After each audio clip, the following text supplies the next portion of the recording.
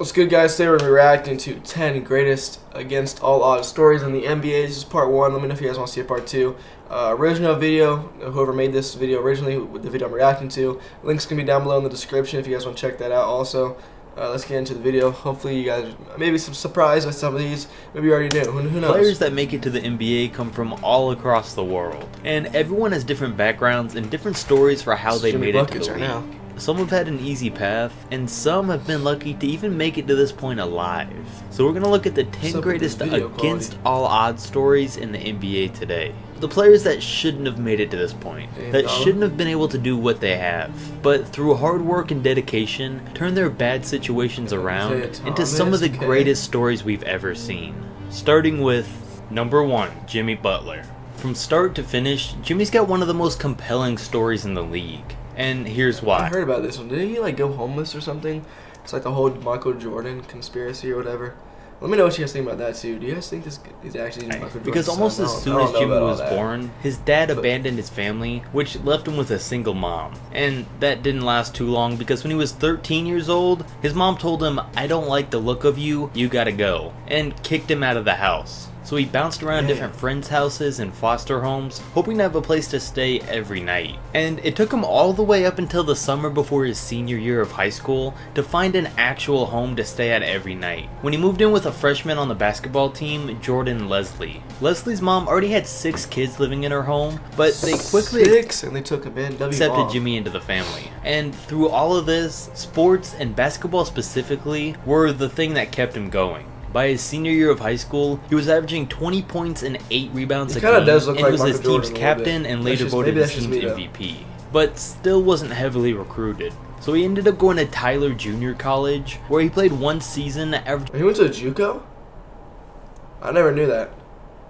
18, 7, and 3, but was still only named a 2-star recruit. But it was enough for him to start gaining interest from D1 schools. And he eventually got an athletic scholarship to Marquette, where he started out slow, averaging 5 and 3 as a sophomore, but through being one of the hardest working players in college basketball, his game developed every year. The next season he would put up 14 and 6, and then as a senior averaged 15 and 6, including hitting 2 game winners, and helped his team to the NCAA tournament, which attracted the Chicago Bulls to selecting him 30th overall in the 2011 NBA draft. And the same thing happened. He started out slow, averaging only 2 points a game as a bench player in his rookie season, but developed his game every single year, and by his 4th year in... That's crazy. He started off JUCO, went to a D1, started off averaging like 4 points, 5 points a game. Got better. Once the NBA, he was only averaging 2 points as a bench player, and now he's like he made it arguably like a top 10 clear player that he was a star player, putting crazy. Up over 20 points a game and making the All-Star team as a member of the Chicago Bulls. And today he continues living up to the reputation as being one of the best two-way players in the league. And all of this has made his story be described as one of the most remarkable in the history of the league.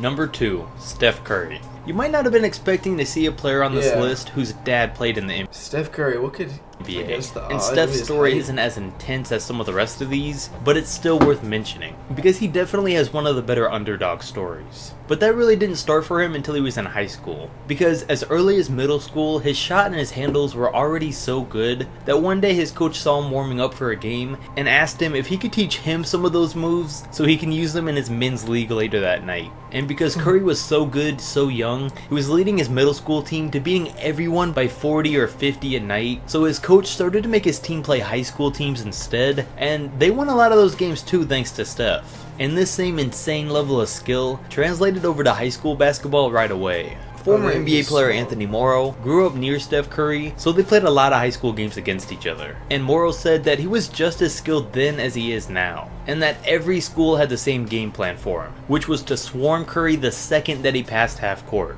Because if you didn't, it was over. So the skill for Curry was always there.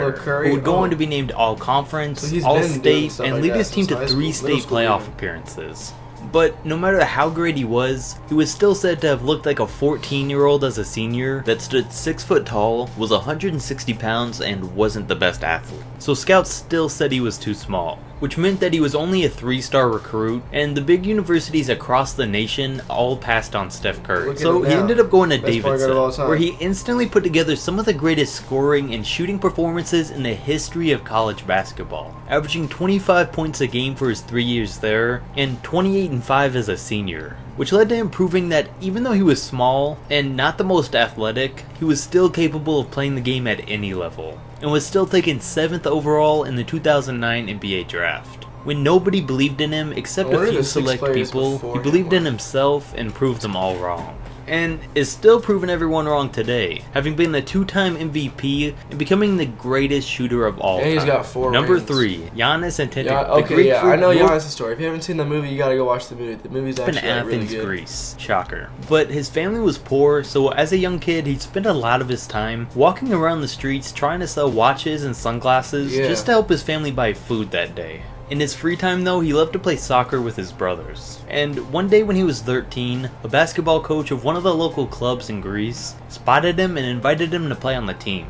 And the coach saw a huge potential in him right away, because he told Giannis that if he played, he would find both of his parents jobs working with the team. So without question he joined. But up until this point he'd barely ever played basketball, and his coach said that he couldn't make a layup or dribble the ball. And to even further show just how much potential this coach saw in Giannis, he'd help his family with a long commute, getting him back and forth to practice, and even helped pay to move the family closer to the team and in a better neighborhood. And through all of that, he eventually fell in love with the game and practiced for hours every day. And he'd quickly get better every year. Oh my God, by the time he was 16, he was playing on the junior squad of a semi-pro team in Greece. The next year, his game really developed, and he'd get moved up to the senior team. And this is where NBA scouts first learned of Giannis. It was reported that all 30 NBA teams, except for the Knicks, great job New York, went to go scout him and watch him play, which led to him entering the 2013 NBA draft and being picked 15th overall by the Bucks. He'd gone from selling watches in the street and having never played basketball to 4 years later making it onto an NBA team.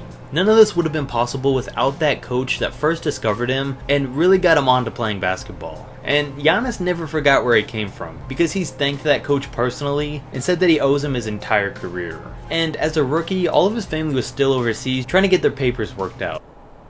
I actually switched from Chrome to AccuJX a while ago just because I was so tired of Chrome being the absurd. Who is this guy? It is and Jesus. So every single cent that he made, he sent over to them to try and help him out. So much so that he had to run to an NBA game because he had no money left for a taxi. And in that same season, he spent the most money he had ever spent when he bought a PlayStation 4. But he said he couldn't stand the guilt that he was using that kind of money on a game while his family was back home struggling. So he sold it to an assistant coach and sent them that money too. And this humble mindset combined with his work ethic and his freak body, it's led him to becoming one of the league's top players and a top MVP candidate this year. Number 4, Isaiah Thomas. 5'9" Isaiah Thomas has always been an elite level basketball player considering his size. His basketball skill on the court has never been the question, and has never been any part of what's held him back. What has, though, has been the perception that everyone else has had for him, that he was just too small to be successful at the next level. Except his dad, who nicknamed him Big Head when he was born.